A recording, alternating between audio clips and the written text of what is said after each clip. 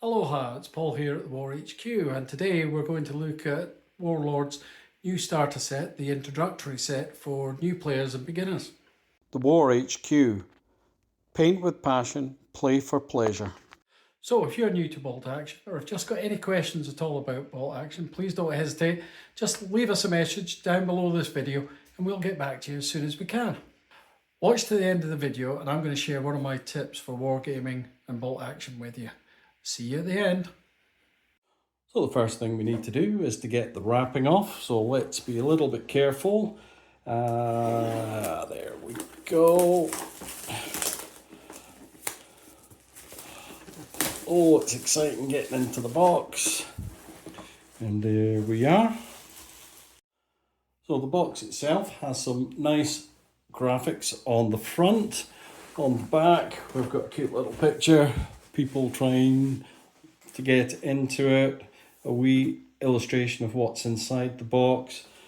We've got on the back here a list of what's actually in the box, which will be quite handy for everybody. And just some graphics telling you that we're getting you into preparing your forces, getting you into Bolt Action, assembling the forces, painting them, and then actually how to play the game. So as we open up the box, we just open up the top and we have this tray slides out and gives us a whole lot of plastic for us to look at. We'll put that up behind. So what do we get? First of all, we get a dice bag, quite important for the game of Bolt Action. We get some dice, the order dice, the main mechanic, and some nice D6s to play the game. We get some sprues with some scenery, some bases for your troops. We get some more sprues. Sprues are what we refer to as the plastic that all the models are attached to. So we've got 2 sprues there with the Germans on. And we have another 2 sprues with the Americans on. Some more bases, a little bit of information about Bolt Action and how you would progress with your Bolt Action journey. We have some markers, we have the cardboard Hanamag and a little ruler to help us out should we need it. And then we have a double-sided play mat so you can play your games on. And we have in the bottom, we have Bolt Action Field Manual, which is going to give us all the information on how to play. Then also on the base box, we can use this as a little bit of scenery as well by the looks of it when we start playing our games. So let's look at the field manual for the new starter set, the introductory set, laid out very well. We've got lovely illustrations as you'd expect from Warlord Games, nothing else. Contents are again very neatly laid out in the correct order for working your way from start to finish. Lovely. We get a little bit of an introduction to Bolt Action, a little bit of an introduction to the whole hobby of painting and making miniatures. Very thoughtfully laid out, playing your games, lovely battle scenes there to give you a bit of inspiration for playing. A little bit of the history of the Second World War, because our fluff, which is the back history for most games, is actual history for Bolt Action.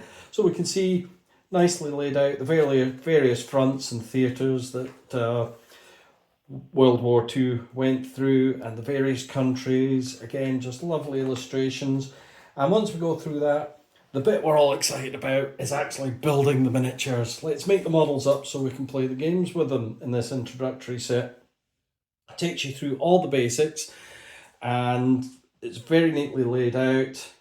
And then once we've gone through making models, we're on to playing the game, which is what we're really excited to do. So it gives you basics, concepts of the games, not an awful lot of reading. Designed for 14 plus, so it says on the box, but younger children could handle this quite happily. It's not terribly complicated, and even younger, 9, 10, 11 could probably, with the help of an adult, get their way through this quite easily and get an interest in the history and give them something to do with the hands.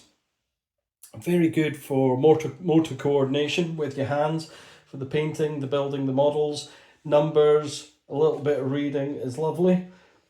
And again, we start going through the rules in a nice step-by-step progression.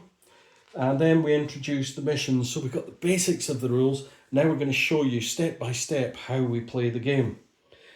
Let you know what models you need to build for each mission.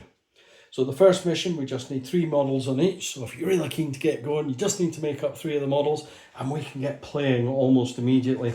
Gives you full instructions, very easy to go. And as we work through the missions, it introduces new features and new rules, just 1 or 2 at a time. And we start adding in more miniatures. So as we're going on, we're playing with more and more of the models that we're making up. And it tells you which models you need to make and how to make them. And they come colour coded, so you can tell what parts you need on the sprues. The sprues are the bit of plastic that all the models and the parts are attached to. And then we work it through. There are 6 missions in this field manual. And as you can see, they all add on till in the final mission, we're playing with all the models and all the miniatures that came in the box. And I believe there's a 7th mission which we can download from more information that's in the box. And once we've done the playing the game, we come on to the painting the models, because everybody likes to have nice painted models. Now for some people, the painting and the modelling is the main part of the hobby that they'll be interested in. Some people can find that it's great for their mental health because it takes them on, they're concentrating on something, specific, they can forget everything else. And some people find it very calming and reflective to be able to make the models. Some people just prefer playing the game, and it doesn't really matter. Whatever you prefer, nobody really has a problem with you playing with grey plastic models if you want to. But if you like doing a bit of painting, this is the place to come. And they do go through step-by-step guide of painting the miniatures, both the Germans and the Americans, and they keep it very simple. So it's designed for the beginner, for the novice. And we're going to do some videos to take you through this as well, so you can see somebody actually using these painting guides. None of it's particularly difficult. You're going to find it quite easy to follow. And again, great for the little ones doing a bit of painting. Hopefully not too much mess. And then we get on to the next step. So we've learnt the basics, we've got the basic painting. Where would you like to take this hobby? And it gives you some resources and some information about how you might like to make up different armies. You might like to do a bit of reading. Where can you find the information? And it goes through some of the various armies you can get. They've got the Japanese, but you can get almost any army that took part in World War II. And as we come to the end of the book, another lovely illustration there. It's a little bit about the gaming tables. Some people are really into doing the gaming tables, making them look as realistic as possible. And if you go to particularly to shows and events, you'll see some beautiful show tables, and everybody's quite happy to tell you how they did them and give you some help and instruction if that's what you need. And then right at the end, a little bit about events, as I've just mentioned, where to find stores, because you might need to buy more supplies. Could be a birthday or a Christmas coming up. And then it's just the beginning. You can take this hobby as far as you would like to take it. And remember, it's your hobby, so any way you're doing it is the right way. At the War HQ, we're really looking to help those people who are just getting into the hobby. And if you've got any questions, you don't know something, it feels a bit daft asking people who know, just get in touch with us here at the War HQ, add a question to the bottom of the video, and we'll be happy to try and help you out and guide you on your way. So if you like what we're doing here at the War HQ, why not like, share and subscribe to us? That helps us out a great deal and we'll appreciate it no end. Thank you very much. So you've got to the end, and here's my tip.